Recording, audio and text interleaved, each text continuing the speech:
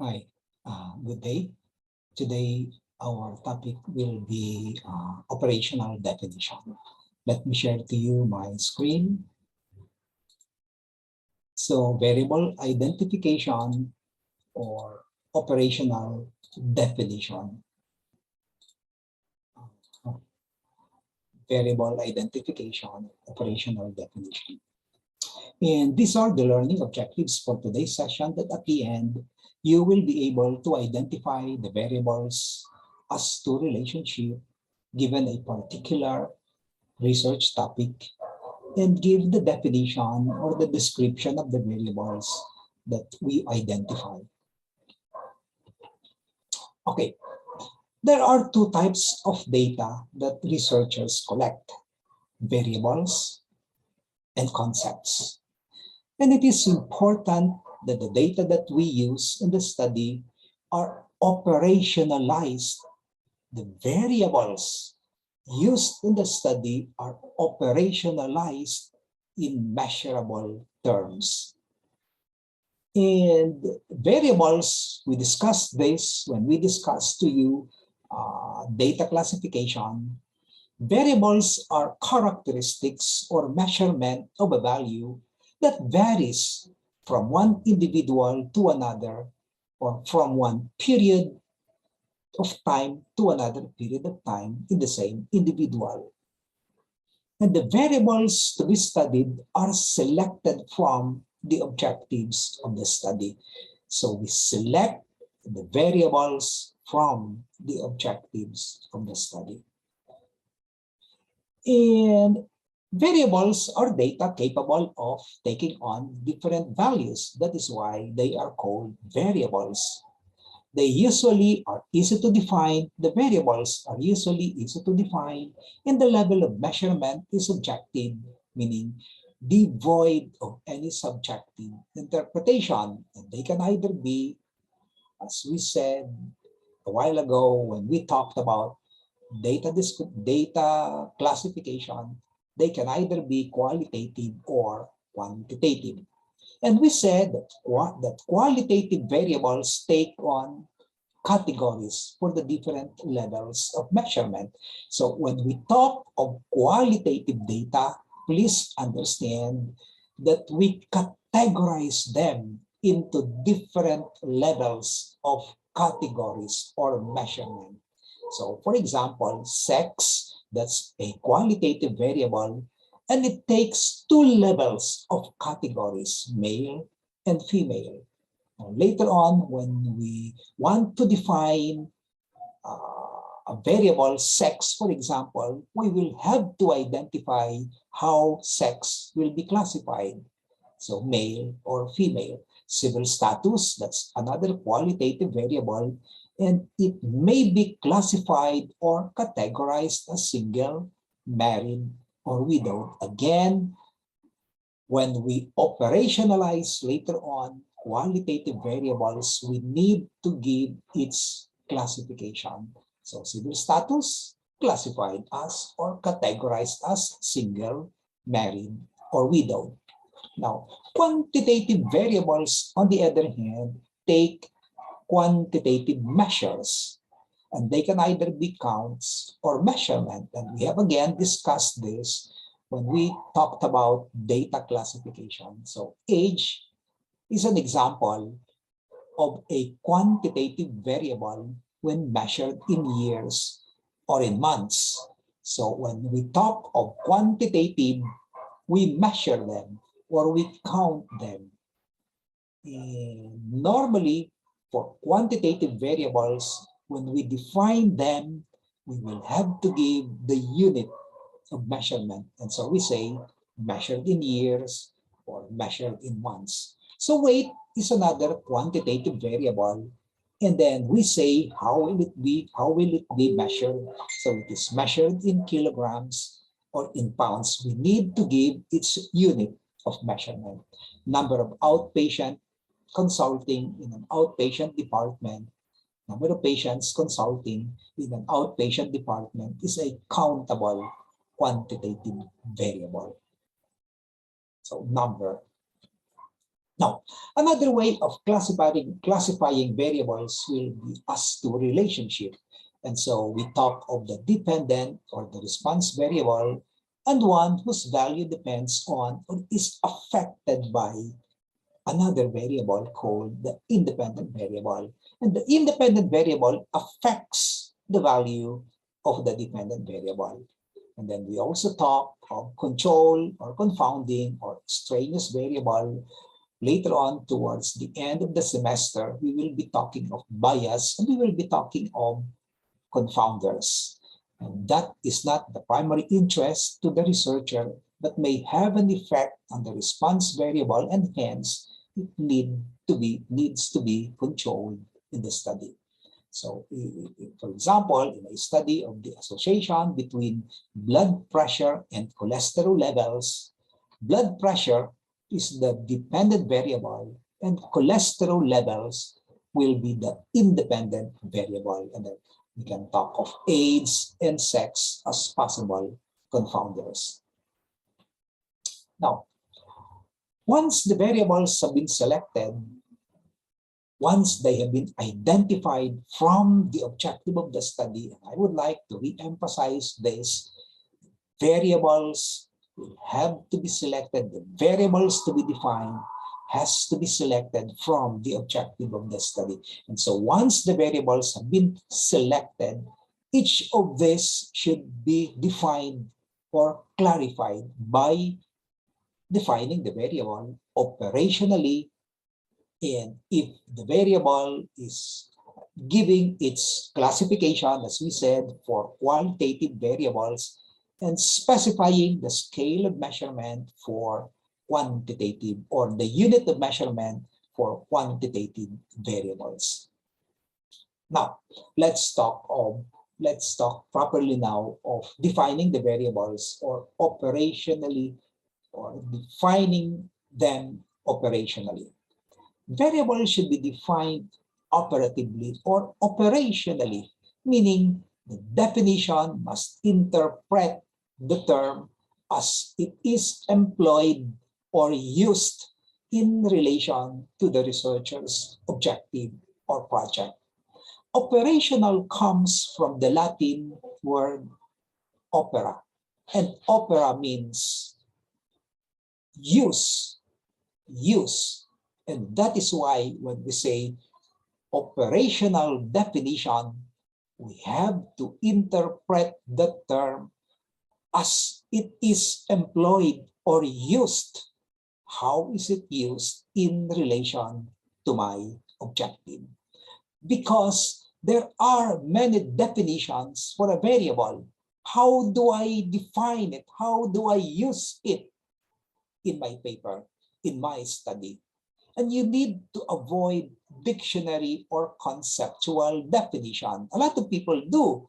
They just define the variable conceptually or using a dictionary definition, but they are seldom adequate or helpful. In defining a term or in defining a variable, the researcher makes the term mean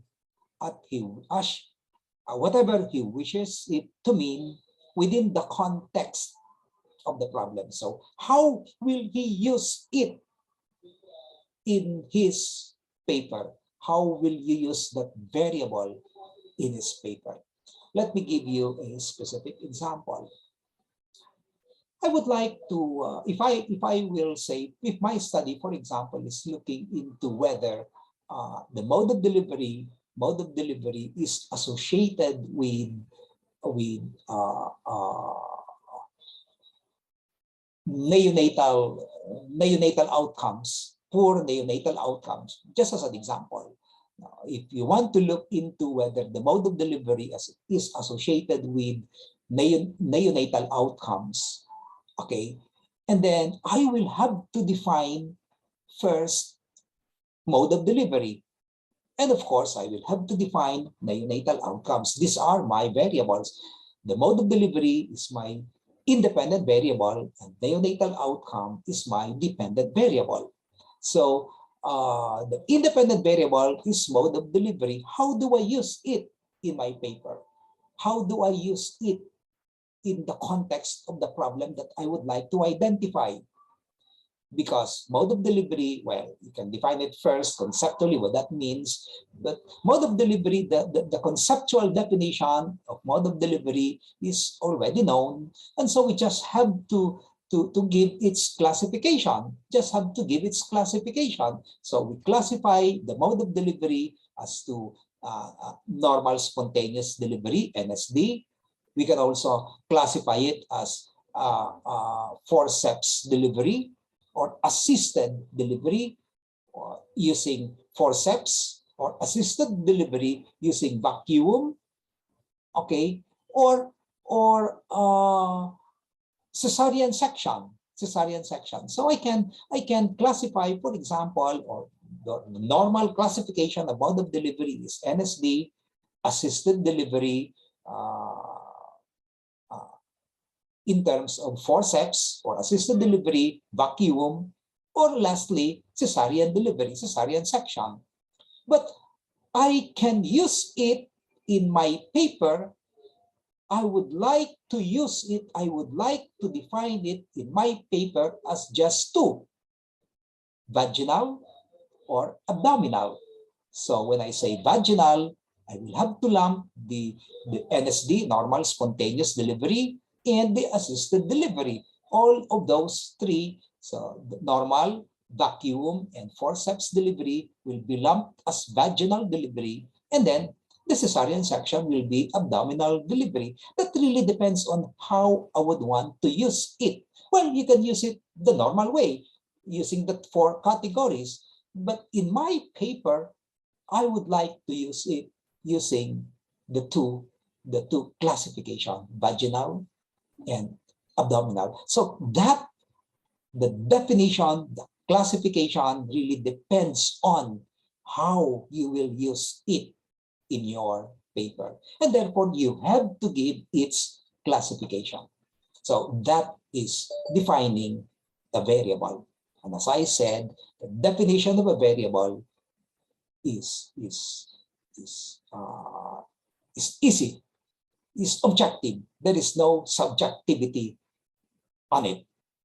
Concepts, on the other hand, are mental images or perceptions, and their meaning may vary from individuals to individuals.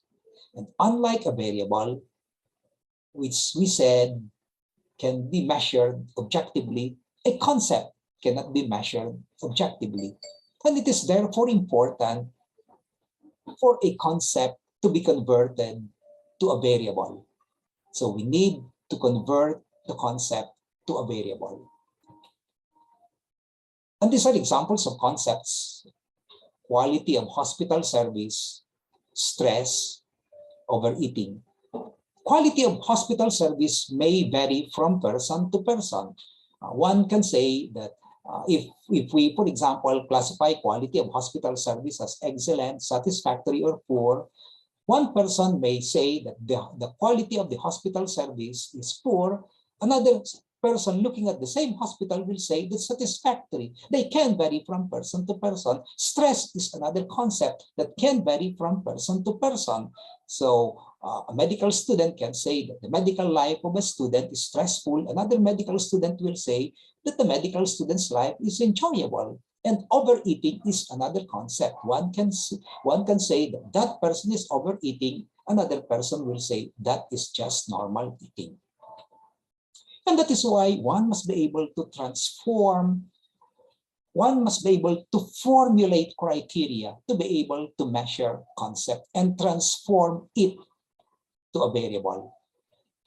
Transforming a concept to a variable needs a validated questionnaire or a set of criteria to make it usable in research that is devoid of various interpretations and measurement. Setting an indicator or indicators or a set of criteria to define a concept is operationalizing that concept. So when we transform a concept to a variable using a validated questionnaire or a set of criteria, we are actually operationalizing that concept. And operational definition has three parts: the term to be defined, the general or the general class to which the concept being defined belongs, and the differential, the classification, how you differentiate one from the other. We need to have this differential. And a lot of people don't have this differential. Differential means it differentiates one from the other. So that's why we need to classify people, categorize the variable. So the differential, which is the specific characteristic or trait which distinguishes the concept being defined from all other members of the general classification. So let's give an example: remission. The conceptual definition of remission is abatement or subsidence of virulence of a disease. Operational definition is absence of clinical signs and symptoms. That's the general, for at least 6 months after the last medication. That's the differential. Differentiates the if it is at least 6 months, last 6 months, you differentiate now from the others. Another example, an operational definition of a concept called burnout. This is a better example that I would like you to understand. So the conceptual definition is burnout. It's a syndrome of exhaustion, cynicism, low professional efficacy, characterized by emotional exhaustion, depersonalization, and diminished feelings of personal accomplishment. Now, we need to operationalize it, and this is the operational definition. Operational burnout is measured. We first talk of how it will be measured. After defining it conceptually, I will now define it using a measurement, using the Maslach burnout inventory. And then I might want to explain this. It's a 22-item internationally validated measure of burnout that examines 3 domains, including emotional exhaustion, depersonalization, and level of personal accomplishment at work. Now, emotional exhaustion subscale score ranges from 0 to 54, with high and low scores at 27 and above and 18 and below, respectively. You will note that there is the middle there, so 27 and above and 18 and below. So midway will be 19 to 26. Depersonalization subscale score ranges from 0 to 30, with high and low scores at 10 and above and 5 and below, respectively. Again, there is the middle. And then personal accomplishment subscale score ranges from 0 to 48, with high and low scores at 40 and above and 33 and below, respectively. Again, with middle. And then you might want to say that the scores are derived from a questionnaire. And then you put the questionnaire in the appendix. High burnout means high scores on EE and DP. We have defined this, and low scores on PA. And low burnout will be low scores on EE and DP and high scores on PA. And average will be average scores, the middle, in all scales, or not fulfilling the high or the low burnout criteria. So this is how you operationally define burnout. And just as an important note, define only the variables that you will collect. The variables can be seen from the objectives of the study. The definition should be operational. If the variable is qualitative, you should classify the participant as to what category each one belongs. And if the variable is quantitative, you need to tell us the unit of measurement. And the operational definition, I would like to emphasize, is not the same as the glossary of terms. They are different. More on this later on. This will be the end. This will be my last slide, and we will talk about this. We will talk about your questions. If you have any questions, we will discuss this in class. Thank you.